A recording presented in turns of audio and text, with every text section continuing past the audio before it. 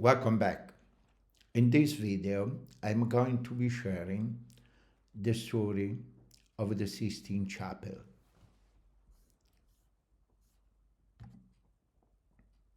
I'm Michelangelo, and this is the story of the Sistine Chapel.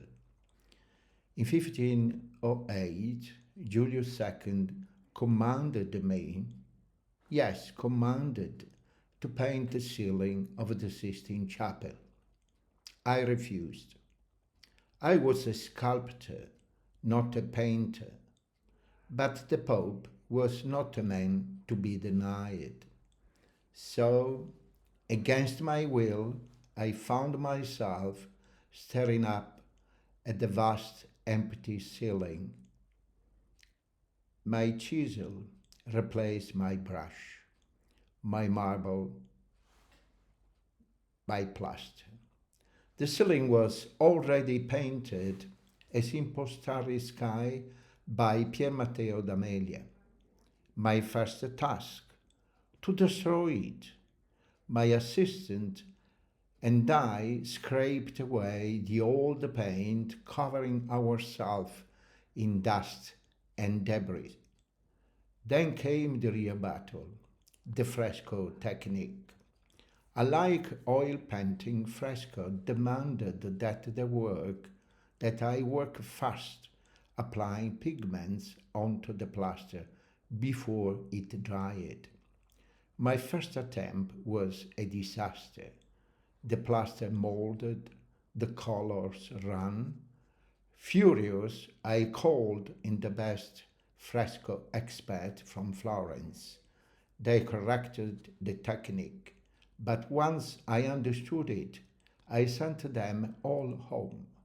If my name was going on this ceiling, if my name was going on this ceiling, every brush stroke could be mine. I built a special scaffolding to reach the ceiling, standing upright, right than lying on my back, as some imagine. But even so, the strain was unbearable. My neck ached, my vision blurred, my muscles screamed.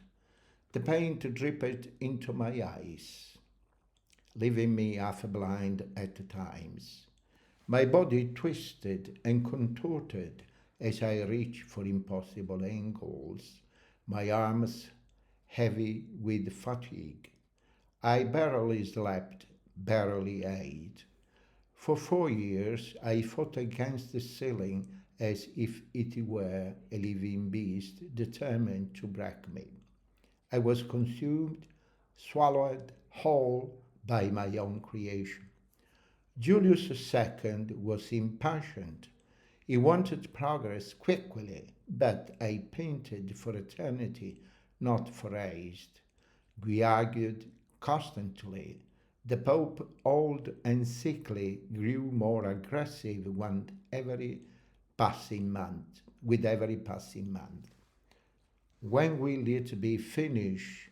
He roared. When I'm satisfied, I bellowed back. Once I abandoned the project entirely and fled Rome. The Pope dragged me back. It was a war between an artist and a tyrant, and neither of us would yield. Despite my suffering, my vision took shape.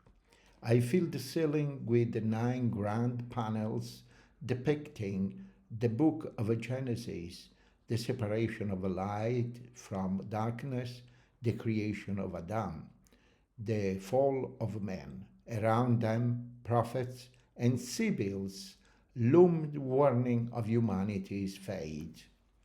I sculpted figures with my brush, making them muscular, alive. Even God himself moved with the power, stretching his hand to spark life into Adam. I painted as a sculptor, shaping bodies with color instead of marble. But I did not paint alone. My assistant though often more burden than help, ground pigments, prepare plaster, and aided in transferring my design. Some had the skills, most did not. I dismissed many, preferring to suffer through the work myself rather than let clumsy hands taint my masterpiece. The fresco became mine, down to its smallest detail. Hidden with these images were my private jokes and grudges. One critic who mocked me found himself painted as a fool. Another enemy I depicted with donkey ears. My rivals searched for faults in my work, but they found only genius. In 1512, I climbed down for the scaffold for the last time. My clothes were stiff with the dried paint, my hands permanently stained with pigment. The ceiling was complete. Rome gathered below, staring in awe. My masterpiece had defied all expectation, even my own.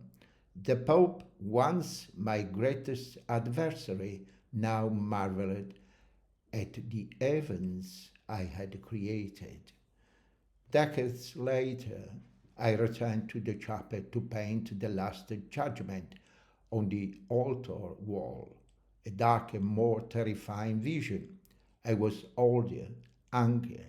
The weight of the world, of sin, of death, it all poured into my brush. I no longer had the strength of my youth, but my fury had only grown. This time my enemies weren't just critics, they were entire institution. I painted without mercy, exposing corruption, exposing the terror of divine justice. I was Michelangelo, and I was consumed by my work.